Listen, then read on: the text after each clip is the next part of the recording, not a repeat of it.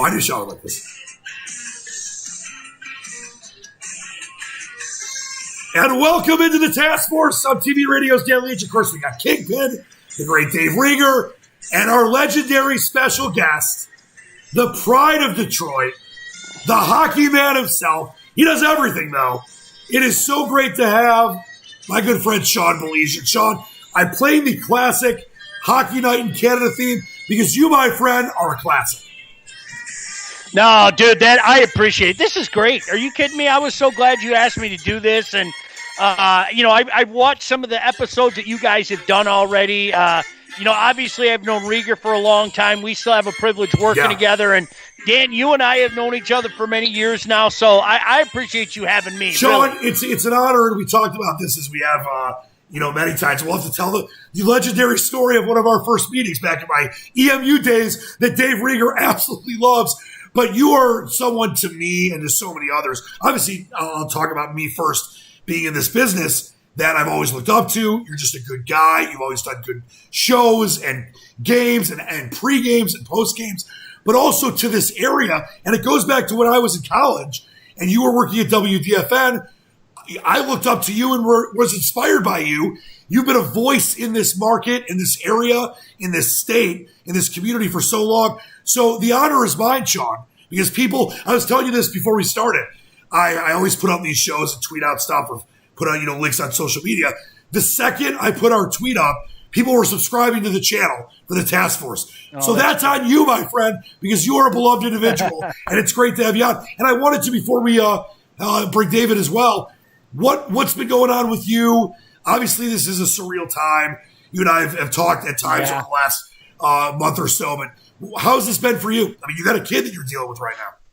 Yeah, we have a 20-year-old son at DePaul in Chicago, and, he's been home, a 15-year-old daughter who's a freshman at Northville High School. So, the good news is we're all together and we're healthy. I mean, that's to me, I'm an accentuate the positive, guys, especially as I've gotten older.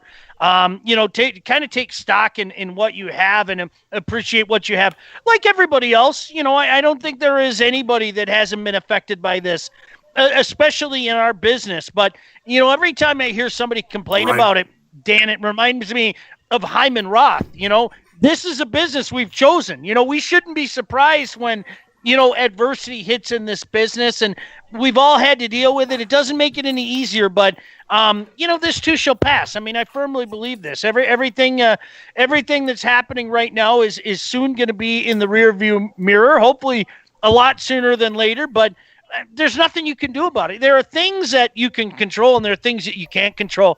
This is one of those things there's nothing you can do. You just kind of shrug your shoulders and say, all right, let's try to ride this out. You know what I mean? No, I think that's perfectly said. By the way, we got Taylor Phillips, we got Robert, we got Jerry on the chat. Robert says, Sean Baligian of Doom, he can't believe Jack is 20.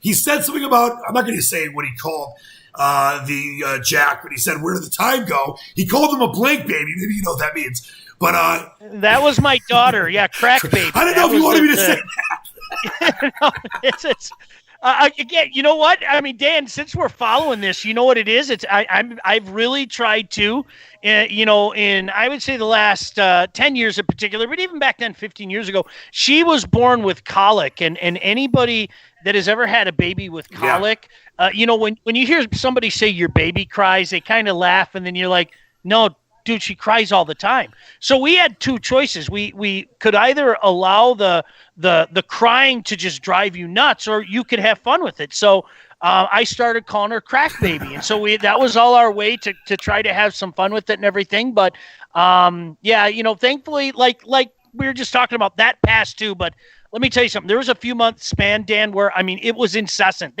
She cried all the time. So you either have fun with it or you allow it to drive you nuts. Yeah, Sean, you only live once. You gotta, laughter and self-deprecation and having fun with things like that makes life so much better. Robert said he's been a fan of yours since 2001. I'm going to say since 97 for me. Maybe even earlier than that. Dave, you have the pleasure of working with Sean. I'm jealous. Sean, you and I have done many things together, cover games, all that kind of stuff, and I never had the honor of working with you. Dave Rieger does. I think Dave knows how lucky he is. And unfortunately for you, Sean, you are unlucky to work with Dave, but he's a pretty solid guy. Dave, what's it been like working with the great Sean Baligian? Well, this is my second go around working with the great Sean Baligian. The first time sports update that I ever did in my life at WDFN, Sean's on the air, and knowing how nervous I was, proceeded to drop about 13 different drops while I was trying to do this That's update. Fantastic. So that's the first and oldest memory of working with Sean. Now it's a different type of working relationship with Sean and Steve Courtney with the Lions broadcast. I don't normally see them for the home games because they're down at Ford Field, but for the away games, and we know that the Lions had kind of a rough season last year. Don't remind me. Let's just say that I have seen a side of Sean Baligian that not many people probably know, and it's a dark side. I think Dave let me know behind the scenes and obviously off the record some of these nights. Right. It is a dark side to this man who I love dearly. But feelings mutual, and I'm not going to argue with that. We Leach, it's gotten some of those sides. Sean, you're just like me. I'm probably definitely a bigger slap than anybody, but I love the Lions. They're the first love in sports along with Michigan, and I want to get into the draft and what's going to come up and what you guys are doing for your coverage as well in a second here. But Sean, I don't care. Dave gives me a hard time all the time because he's a Broncos DB. He's a Rebel, a traitor, part of the Rebel Alliance. Take him away because he's been a Broncos fan since he was 8 years old. He's weak and lame. But I've got one playoff win, Sean. We got one playoff win in 60-plus years. I just don't know if it will ever change. In my heart of hearts, I know it will. But why do people like me and you still believe this team can do it? I think it's part of the fun, though. I really do. I do, too. I agree. I'm not joking. I used to say this all the time back in the day at the Fan. I tried to quit them. I would say it was 98. Believe it or not, it was pre-Barry leaving. It was 98. I tried to quit them, and I couldn't do it. Right. It lasted a whole day. I was like, I can't do this anymore. It's literally tearing out my heart.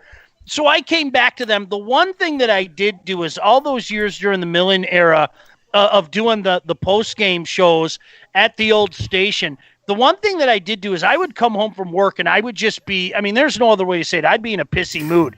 And my kids would kind of look at me like, oh, Dad's home. And I was like, I can't do that. That's it. So the one thing that I did change is I would always say, I'm not going to allow the Lions to dictate my mood beyond the time that I'm at the station, whether it be radio or television, and the time I get home. I have to take that control back. Right. So, as a parent, that was one thing that was important because I kid you not, the kids would come home and they were kind of cowering because Dad was home and he was crabby and everything. So that ended, I would say 06, maybe 07, where I just said, you're not going to ruin my day anymore. They'll ruin part of my day, but they're not going to ruin the whole day anymore. So I'm with you. I'm never going to leave, Dan. It's never going to happen. And I do not believe in the theory of the totality of forever. In our lifetime, we've watched things happen. We've watched the Golden State Warriors become one of the model franchises. We've watched Michigan State football become, what they were for a few years there. We watched the Red Wings, for goodness sake, become one of the model. We watched the Tiger. So I cannot believe in the whole theory of forever. But with that being said, something's got to change soon. It really is. It really is something that just hurts your soul. And I'm one of those guys that does still ruin my day or my week, and I don't care. And Dave gets to troll me. It's fine. Before we get into what could maybe change their day, we got Ronald Kowalski, who says, "What's up, Shawty B? You're a legend, bro." Steve Grigsby, Dave's involved in this, and Sean Thompson, Sports Talk. Much respect. He says, Mr. Sean, I remember listening to him doing Pistons pregame shows at the beautiful Palace. Sean, can you believe they've ripped it down? It's just ridiculous. No. That was such a fun time. Dan, it's interesting. In the last few weeks, we've seen so many people talk about great moments, and they've shown, great, whether it be hockey games or baseball games. And I honestly think that maybe that little era of Piston basketball doesn't get the credit that it deserves. That was such a fun time. I'm with you 100%, bro. It was such a fun time, and maybe it's because people think, well, there was only one. But then again, when you think of that great era of Tiger baseball, we didn't even get the one. Right. So, I don't know why that doesn't seem to get the love. But, some of those days out at the Palace were just so much fun. They were as good as they get. And I've always said this, one of the Lions and Wolverines, my first love in sports and my favorite teams. But I fell in love with sports with those bad boys. I remember, Sean, waiting in line at Dunham's Sports Store, getting those character shirts with all the guys on it. So those were the days. Robert says, don't ask Sean about the Mike Williams pick. I won't, but I do want to ask you about what's coming up on Thursday night, the first ever virtual draft. And we'll get Dave involved in this as well. He only cares about pick 15 with the stupid Broncos. But, of course, everyone, Sean, wants to know, are they going to take Jeff Okuda? Are they going to take Simmons? Are they going to trade down? Are they going to shock the world and take Tua? Which I don't think is going to happen. But I know you're doing a draft show on Thursday night, right, at WJR? Yep. We're Steve Courtney, and of course the voice of the Lions, Dan Miller, one of the classiest guys out there. I mean, you guys know him. So we're looking forward to it. It's going to be different. We don't know what's going to happen. I mean, we really don't. We're going to do kind of in the same way that you're doing this show right now. The task force is the way that we're going to do it at WJR. Obviously, it's going to be on the radio, but we're going to have a screen looking at each other and, hopefully be in touch with the Lions throughout the process as well. But, no, you're absolutely right. I mean, there's so much intrigue. I want to go back to I am one of those guys. I am totally Team Tua. I just am. And it's so funny because I think when people say that, the first reaction you get from people, Dan, I don't know if you've gotten the same thing. Well, why do you hate Stafford? I don't hate Stafford. In a perfect world, I'd love Matthew Stafford to be the quarterback for the next couple of years. I hate the idea of having to stink again to get in the position to get a franchise quarterback. An opportunity like this doesn't fall in your laps very often. I really think Tua can be that guy, but I'm with you. They're not going to take Tua. It's almost a waste of our breath to even talk about it because they're not going to do it. I'm with you too. Listen, we're both Stafford guys. I'm worried about Stafford GOAT shirt, which is kind of a tongue-in-cheek joke, but maybe he's the GOAT for the Lions. It's not the time now. They're not going to trade him. There's too much dead cap money. Tua's got the injury concerns, but Tua could be incredible. And Dave, I know you're a Broncos guy, so you're from the outside here. You're a little, I don't want to say objective because you're a Broncos fan, but when you look at this Lions pick at 3, would it be crazy to take Tua? If you're the Lions as an outside fan, what do you think they should do? I feel it would be the right move to take Tua. So you're like 50. You're a Tua truther, Sean and 50 in here. But in reality, we know what the Lions are going to do. We know it's going to be Okuda. We already know that. Unless they trade. Well, we know that. We know that. They're not going to trade. They're going to get the 3rd pick. They're going to take Okuda.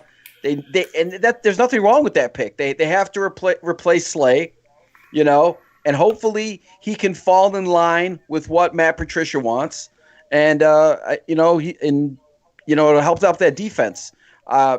Since they don't blitz, you need some good corners, right? So yeah. They're going to take Okuda, and that's it. But you're right. Is 15. And the Broncos are even talking about trading up. I hope the Broncos fail on that pick. I hope they take some stupid lineman that's fail.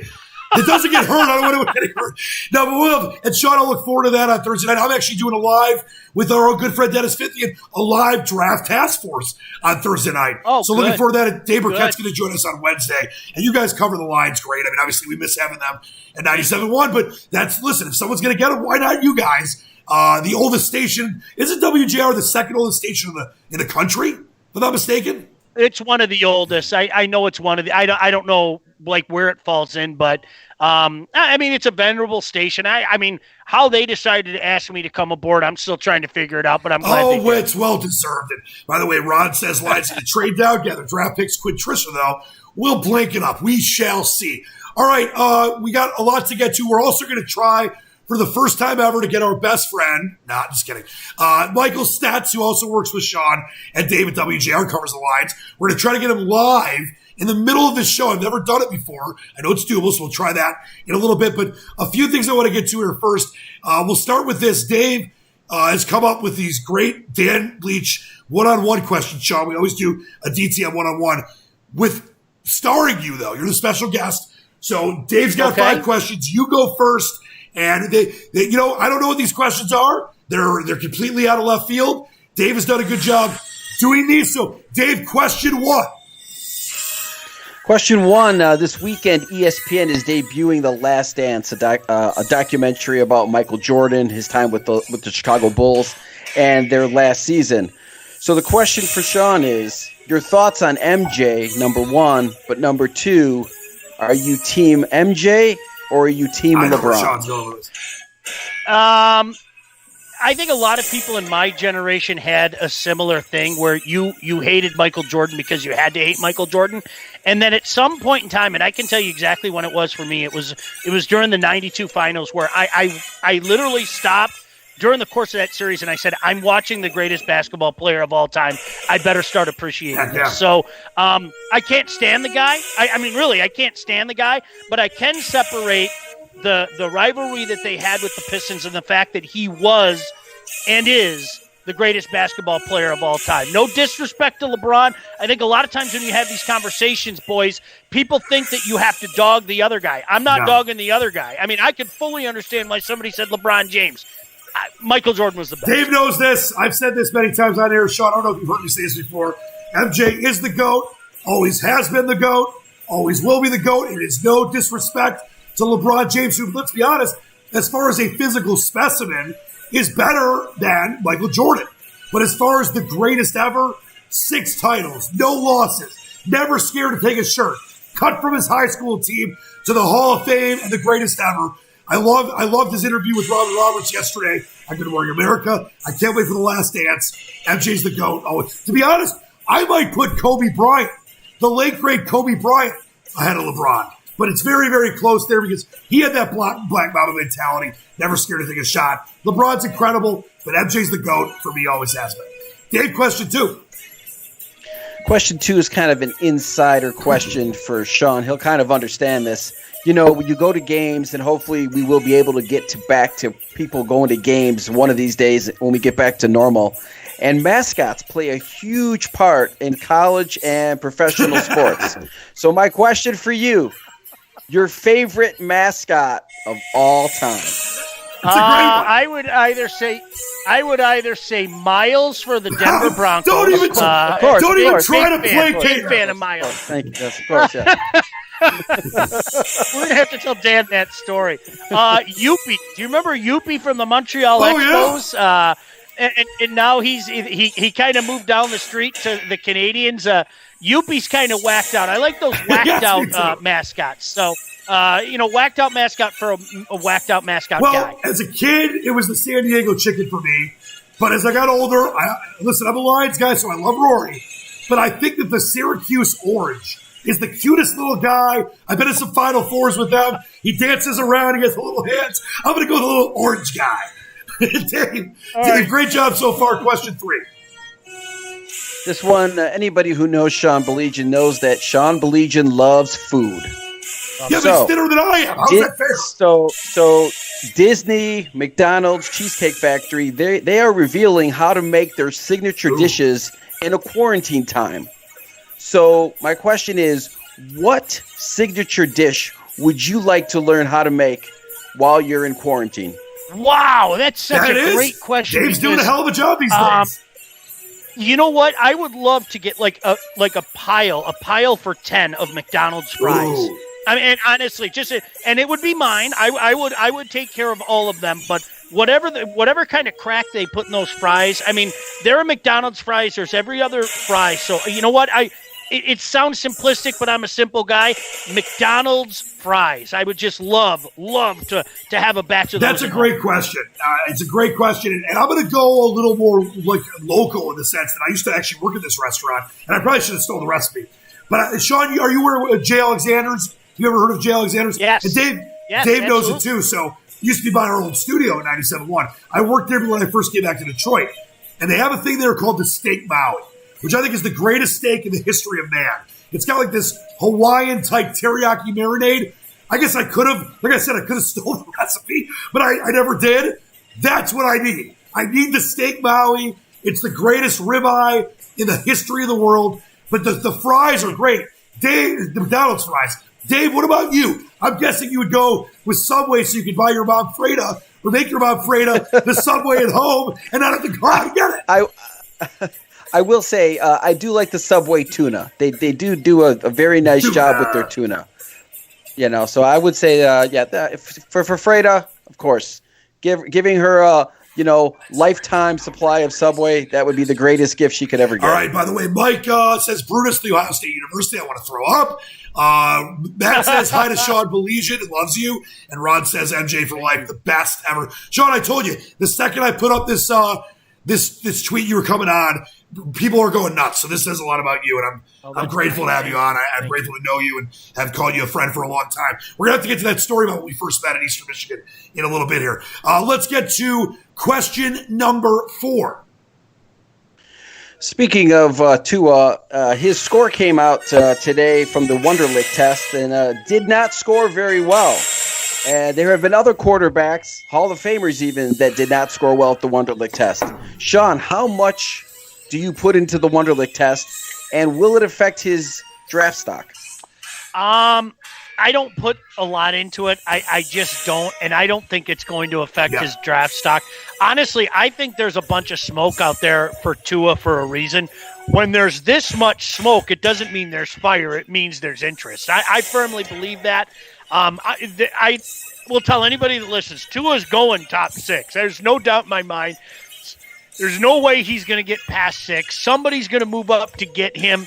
You know, who knows? Maybe it's the Broncos doing everything they can to get up. Rager. Would that be cool? You just made Dave's week, Sean. But I don't know. Honestly, I wouldn't put anything into it. That kid, Dan, I think you brought it up earlier. I really believe he's kind of a generational quarterback. Yeah. I really do. I think way too much is being made of his injuries as well.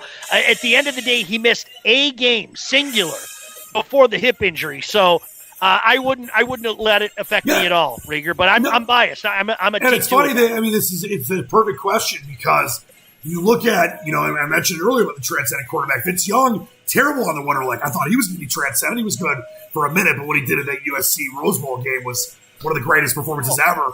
I think Tua has a great chance to be a transcendent quarterback. Is he Mahomes? Is he Luck? I don't know. But when you talk about the smoke, Sean, I can totally agree with you on that. Where if you're a GM and you want to leak those stories and say, oh, he's got ankle injuries, he's got this, because he is going to go in the top 6, the top 5, top 3, we'll see. But there is, for me, as far as the Lions go, you're not trading Stafford. Yes, can you draft him and stock him and have him learn the way that Aaron Rodgers did and Patty Mahomes under Alex Smith and so many other good quarterbacks, Lamar Jackson under Dave's Flacco stand? Yes, but there is a risk, and there's no risk with those other guys because they weren't hurt. But I think that he has a great chance of being incredible. I think the Wonderlic is definitely overblown. Certain guys, my sister, she's amazing, social worker, awesome, terrible test taker. Some people are terrible at taking tests. It doesn't judge your ability to be a great player, a great decision maker, and that's what matters. And the teams have so much research now, Sean, you know this, that they've got books on these guys. The Wonderlic, it's important, but it's not even close to everything. All right, let's hit it. Beautiful answer by you, Sean. Let's hit it out of the park, as we always do, with question number 5. Sean, we're not going to do this tonight, but sometimes, especially when I do these on the station with Tim Jetsky, who I know you know, there's like sex robot questions, because I'm a crazy sex guy. That's not happening tonight. I'm sure it's a much more normal one from Dave. Well, this is obviously in honor of Mr. Jetsky from 97.1, but I got this question from Dan earlier in the day, and that was Joe Buck turned down $1 million to commentate cam shows on an adult entertainment site. My resume and tape are going in tomorrow. Now, both of you fine gentlemen are broadcast veterans on the on-air side. Are you turning down $1 million to just commentate on these cam shows? No way. I mean, listen. I wouldn't. You want to throw $100,000 at me? Sure, I'll commentate whatever you want.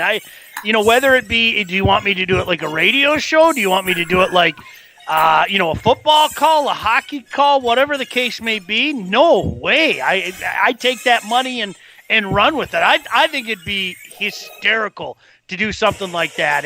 And quite frankly, I won't mention any names, but there's a guy that Rieger and I both know that I think people would be surprised if they found out that he would be the ultimate color guy for something like this. I'm not going to say his name, but Dan, ask Rieger later. And he'd tell you. I will. By the way, favorite. little known fact, I did try out to be a strip club DJ at Trump's back in the day. Here comes Jasmine to the floor. So I could do I love webcam girls. I could definitely announce them. And she's turning over. Oh, here comes the toy. I think my tape is going to sizzle its way in to this I Am Me whatever website. But yeah, turning down $1 million. Sean, Joe Buck's got the cash, so he doesn't need it. His dad would be rolling in his grave. But I'm not turning down $10,000. You got to load $1 million to broadcast webcam. Dan's doing it for $5. Let's be honest. I'll do it for a couple fries, Sean. I'll do it for 3 fries for McDonald's. Dave, great job. Could you imagine Jack Buck doing it? I mean, I keep thinking all day. And here he goes. Look at this. Like the Jack Buck voice would be Sean, perfect to do. She'll bring out like a strap on. It'll be like, I can't believe what I just saw. It'll be the greatest thing ever. Dave, that's 9 inches. I mean, it would just be unbelievable. I got to do this. Dave continues to do a great job in honor of the great Tim Jets going to talk to last night. Great job on the one-on-ones. All right, I'm going to try to bring Stets in here in a minute. But before we do that, Sean, you're a huge hockey guy. There's 2 things I want to do here. First, we're going to do our Task Force top 3, our 3 all-time favorite hockey players. No order is needed, but if you want to do your top 3 in order, that's fine. But I also want to ask you about hockey, if you think it'll be back and all that kind of stuff. You've obviously called NHL games, which is incredible, and a lot of other hockey games. Let's start with you, Sean, your Task Force top 3 all-time favorite hockey players. In no particular order, even though I think anybody that knows me knows the order. Mario Lemieux is the most physically gifted human that ever laced up a pair of skates. Unfortunately for him, the good Lord didn't give him great health, but Mario Lemieux was just, honestly, he was beautiful to watch. And yes, I just used the term beautiful for a hockey player. I loved Mario Lemieux, absolutely loved him. Bob Probert, nice. And getting a chance to know Bob, especially later in life and everything was truly an honor. And then again, no surprise to anybody, when I was a kid, Larry Robinson was my favorite player. And Dan, it was funny. He actually surprised me on my birthday a few years back and called me while I was on the air to wish me a happy birthday. So that was pretty stinking cool in and of itself, because I met him as a kid, and I kid you not, I couldn't say anything. I mean, imagine a guy like me being short for words, but it was like that, and everything. So I'll go Mario Lemieux, Bob Probert, and Larry Those Robinson. are fantastic. Dave, you? Top 3? Not a huge hockey fan growing up, but did cover my share of Red Wing games. I'd probably have to say, obviously, Steve Yzerman, big fan of his, a lot of great moments. I was a big fan of Dominik Hasek. I was a big fan when he was the goalie here. I thought he was great. And even before he came to Detroit, Chris Chelios, big fan of Chris Chelios. I liked him a lot. So not being a huge hockey fan growing up, but covering my share of games for DFN and even as an intern at WJR back in the day. Those are great ones, Dave. Sean, you took the words right out of my mouth. Mario Lemieux, he is as beautiful of a player as it gets. Oh. I loved him. Obviously, I was a Wings fan from the day I was born, but those Penguins teams with Scotty Bowman were incredible in the early 90s. And I loved Mario Lemieux. He came back, ended up being the first player owner in the history of the league. That was incredible. So I always loved him. It started with me as a very young kid, and I was very jealous because they beat the Wings, but Grand Fear and Messier, but of course Wayne Gretzky. Those Oilers teams were incredible. Wayne, I just loved him as a young kid. Used to play roller hockey, pretend I was him. But then number 1, and I will say this is my number 1, is Stevie Y. And I was at boarding school. Sean, Dave knows this. In California for high school. And we didn't really have access to live TV. We had a teacher that had a big satellite he was able to get for us, and like those old huge satellites, and pull the games off for me. And I remember he pulled off when the Wings beat the Blackhawks the year they got swept by the Devils. to go to the Stanley Cup Finals. Yeah, when he was skating around with the Campbell Conference Trophy, I started crying. And when he was skating around with the Cup for the first time after the Flyers win, I was crying. And I remember listening to your post-game show after the Carolina Hurricanes win, and I was driving up and down Royal Oak, honking my horn, throwing Coke cans, not in the street, but like spilling Coke like I was, using champagne, listening to you and doing that post-game show. Actually, if you remember, Sean, I knew you barely then. I called in that night, and you put me on the air. That was a very special moment in the ET. Wow, no kidding. You put me on the air. Wow. Yeah, we were. Gosh, I think we went till 7 the next morning or something. We went a long time. So, boy, it seems like 2 lifetimes ago. That's a great memory. It was awesome, man. I loved being on that show. That was when I was still in college. But yeah, Stevie Y is definitely the guy for me, and what an incredible captain, and now back as the GM, and hopefully things move forward back to getting into the playoffs and contention and stuff like that. Before we try to get Stets live, first time I've ever done this on the show, and if it doesn't work, I apologize. But that's the fun of live TV and radio, Sean, right? What do you think about hockey coming back? How would you want to see it? North Dakota, not at all. Where are you at with the sport you love so much, hockey? The NHL. I have my doubts it's coming back. I really do. I know that they're holding out hope that they do.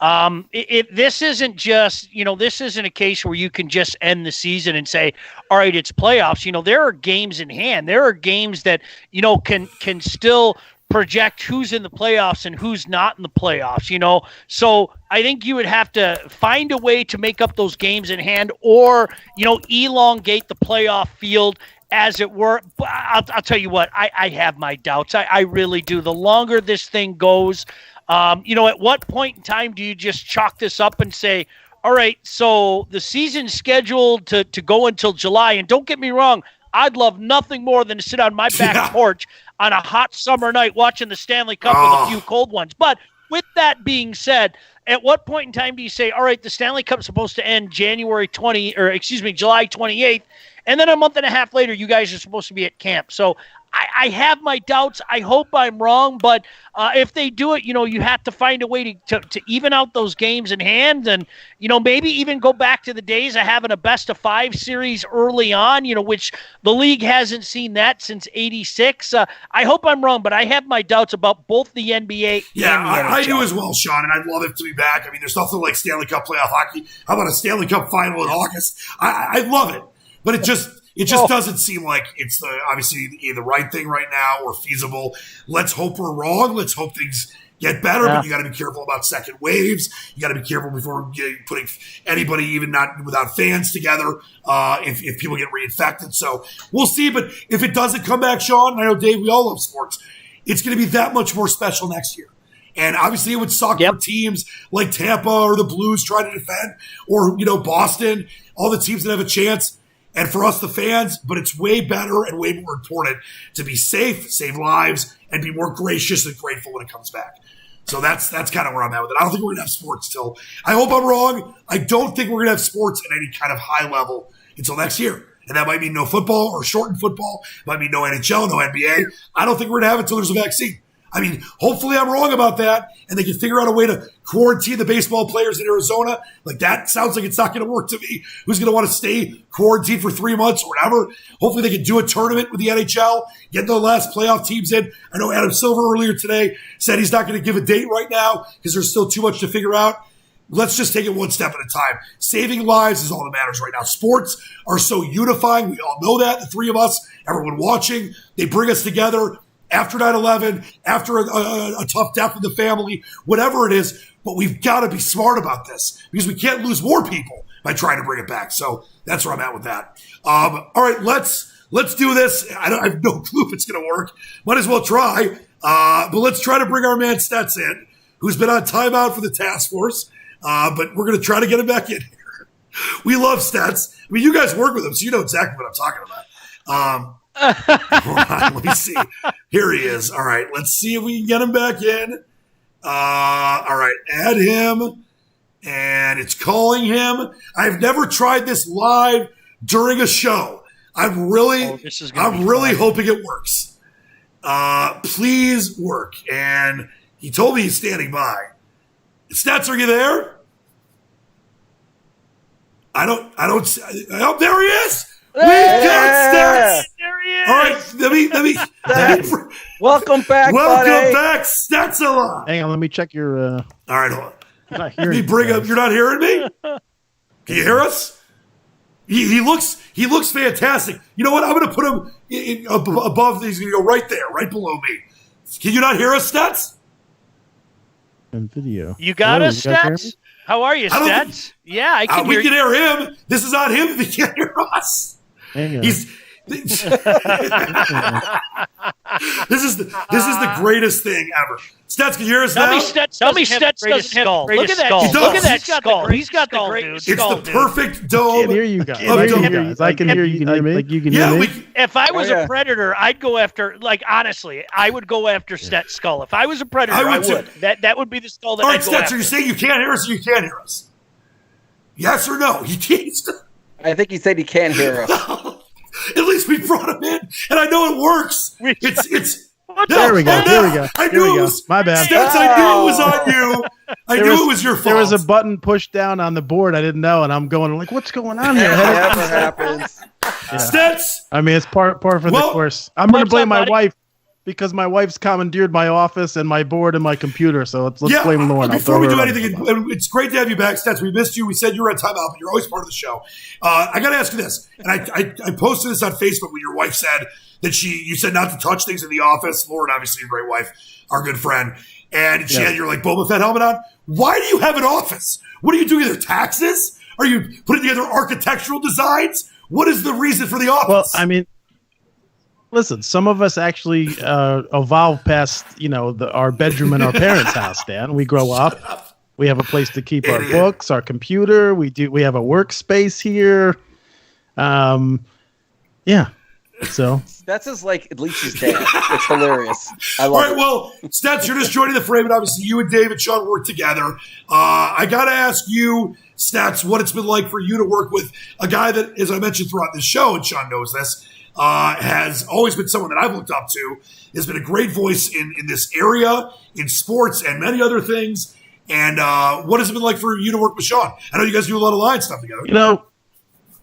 I got to be honest, Sean's always rubbed me the wrong way. Hey, it is And what you it know is. what? I just, I've been biting my tongue, but now that we're out of the building, now I'm gonna start throwing daggers at him. No, He's an ass. no, honestly, I've told Sean this before. Sean is by far been the nicest person to me in the building, both professionally and personally. I've had my ups and downs.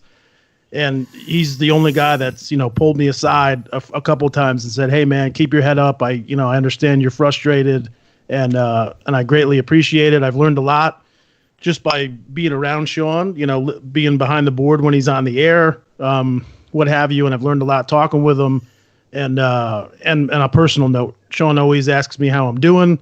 I don't ever get any kind of ego or any kind of thing like that you can get in this business. Sean's always been down to earth, and I love the guy. He's always been great to me. That is very nice of you to say, and it's Are you 100% crying, well. Leach?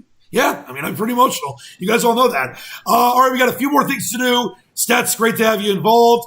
Well, we're going to give you... I'm drinking bourbon. Is that against the rules? Is that against the task force rules? Drink if you got it. Sean's got dip. I've got Monster cigarettes, whatever. Dave's got I think some Bullet Rye. We're all good. Stats, I'm going to give you a second to get your house item because we're going to have ours in a minute. But before we do anything, Sean, we got to tell the story that Dave loves rehashing of the first time I ever met you at an Eastern Michigan basketball game because I tell Dave this story 8 million times. Dave, why don't we let you tell the story? Because I guess I... No. You have to tell So, it's Sean, better from obviously, you. I've known you forever. You mentioned the great Dan Miller, who people have given a lot of praise to. Matt and Mike on the chat said they love Dan Miller. He's the best. I interned with Dan Miller and obviously Jennifer Hammond and Woody Woodruff and Greg Cantor, all the great people at Fox 2. They were so crazy. They let me intern twice, which I think was their mistake now. They were great. And... it was an incredible experience. And Sean, I used to meet you when you would come in and do the Sportsworks show. I think was it a different name back then? Yeah. What was it called? Was it always Sportsworks?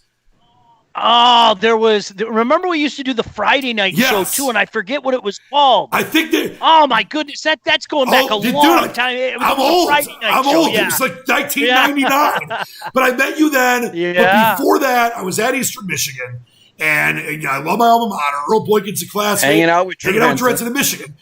Charlie Batcher, classmate. It was an incredible experience. I got really tight with the athletic department. I got to call games on TV and radio. And Sean, back then, Eastern Michigan was good at basketball. And I know Rob Murphy's tried his best, but they've had lack of success in recent decades. But Boykins and that Derek Dial, James Head team was really good. Went to the tournament, played Michigan State, and you were there. I don't know what capacity it was, maybe DFN or whatever, if you remember. And I was calling a game. I think it was against Toledo. And I think I was doing it for either the student TV station or student radio. And you sat next to me. And after the game, you came over to me. And it's like, I will start crying when I say this. And you gave me the nicest compliment. You said it was great. You were great to listen to you. You were energetic. If you ever need anything, that was the first time I really ever talked with you at length. And you came over and offered your help to me. That's the kind of guy you are. That's the kind of people we need in this business. There's not enough of us, or people like you and in life. And that, Sean, I'll never forget it. And I tell Dave that story. Stets knows it too. I think I've told Dave that story a million times, and he always gives me a hard time because I repeat it over and over again. But that was one of the most important moments of my young broadcasting life, to know there were people like you that were willing to lend a hand, which I try to do myself to young people. And that was an amazing time, Sean. I can't thank you enough for that. No, you know what, Dan? I remember, I had done Toledo broadcasts for the previous 3 years, and then I came to work at DFN full time, and I went out to the game just to see, some of the guys that I had done the games before earlier, and I really enjoyed your broadcast. I mean, it'd be one thing if I was blowing smoke, but I remember vividly sitting next to you, and you were getting all into it, and you were going all Dan Leach. I didn't know at the time what going Dan Leach was, but and you know what, Dan, I enjoyed it. I mean, honestly. So, but I'll echo what you say. I think this is a business that kicks you in the groin so often. There's no other way to say it. And unfortunately, circumstances in this business kick you in the groin, and certain people in this business kick you in the groin. And I just promised myself a long time ago I wasn't going to be one of those people. And I think it's incumbent upon all of us to kind of help each other out as humans, but especially the guys that are coming up, because there are a lot of pitfalls. And I quite frankly, I wish somebody would have helped me avoid some of the pitfalls. I was my own worst enemy sometimes, but you live and learn. And so I'm really glad to hear you say that, because I hope that people in this business do a little bit more of that. It's a tough business. It's a competitive business and everything. And I just wish we'd all row in the same direction. Sean, it's beautifully said, and I've always said this, and it echoes kind of what you and a few others, I wish there were more like you said too, taught me early on. You pay it forward, give it back. And I remember, that so vividly, and it just gave me so much hope because I wanted it so bad. And this is, as you mentioned, it is a kick you in the you-know-what business. But if you, and Stets knows this because he started a little later in life, and Dave definitely knows this because he brought his brother Jeffrey into the business. That's his mistake. But, we all know it's one of these things where if you want it, if you want to do this, and I tell all the young people, the classes I've talked to, or people that I've mentored or interns, etc., that if you put your heart into it, if you put your soul into it, if you're willing to do whatever it takes, and you're willing to learn from your mistakes, you can do it. And it's a beautiful business that way. Yeah. And I know that Sean, Leach, go ahead, is this a podcast or a TED Talk? You know what? This is the reason why it's the reason why you're rarely welcomed into the task force. So I'm so glad we're here for your TED Talk. Don't overstay your welcome, Stats. All I got to do is push this button and your camera's gone. Are you gonna start thanking your parents next? Yeah. All right, before we go, I'm ready to play the music. Before we go, and I actually make Stets' camera disappear. Let's do our interesting house items. We will start with Dave Rieger, who's very excited about an item that has something to do with Sean Baligian. Yes, this obviously is specifically for Sean. He probably knows what it is. Oh, no. But this is my personal head cover for my driver. And it is Miles, of course, Broncos mascot. You've seen this a million times. Stats, I don't know if you've ever seen this, but I've seen it. This is a great freaking Miles. Freaking Miles. Tremendous. All right, Shawnee, what do you got, my friend? All right, hold on. I got to do this. I told myself I wasn't going to do it. But no, you got to. I told you to have to do this. He's got the El Conquistador. It doesn't get any better. Yes. That is the best. Where did you get that from? That is incredible. Mexico. The luchadora. I've been known to make videos with this. Rieger, don't you ever show any of those videos. I've been known to make videos with this. So sometimes when I get a little fired up, I don this mask and have some fun. Dude, that is absolutely incredible. I love it. All right, Stetsela, what do you got for us? Your exciting, interesting house item of the day. Stets is reaching back. You probably can't hear us again. And just so people know, I have to. I don't know if let's see. I have something on my desk. My buddy I want to make your camera disappear for some fun. Oh, there he's gone, and now he's back. My buddy sent me these the other day. We always send each other funny stuff in the mail. Yes. So he sent me a bunch of old 87 and 85 Topps cards. Ooh, I like it.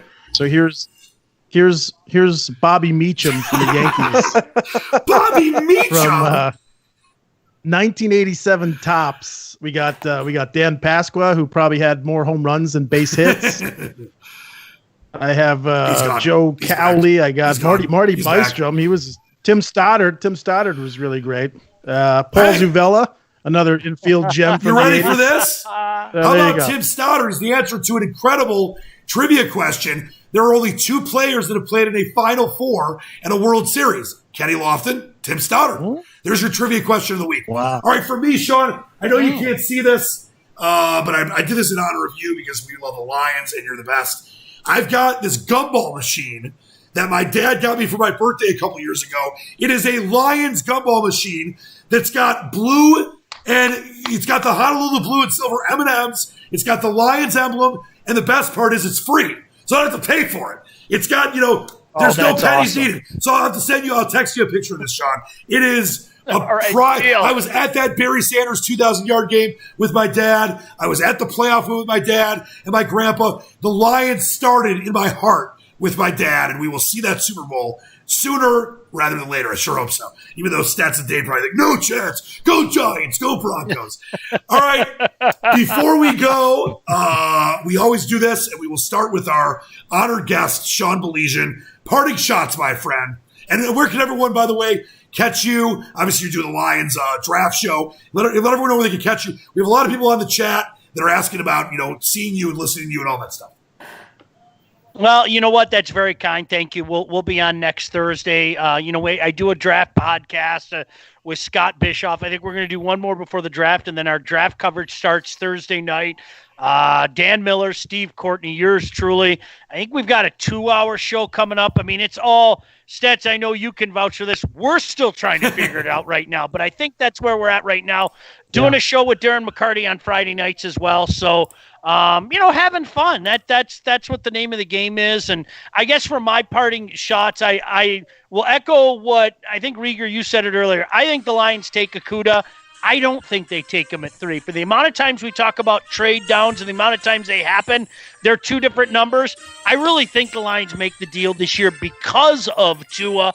I think the Lions get the guy that they really want anyway. I'm convinced of it, but they don't get him at 3, and they get a few extra picks.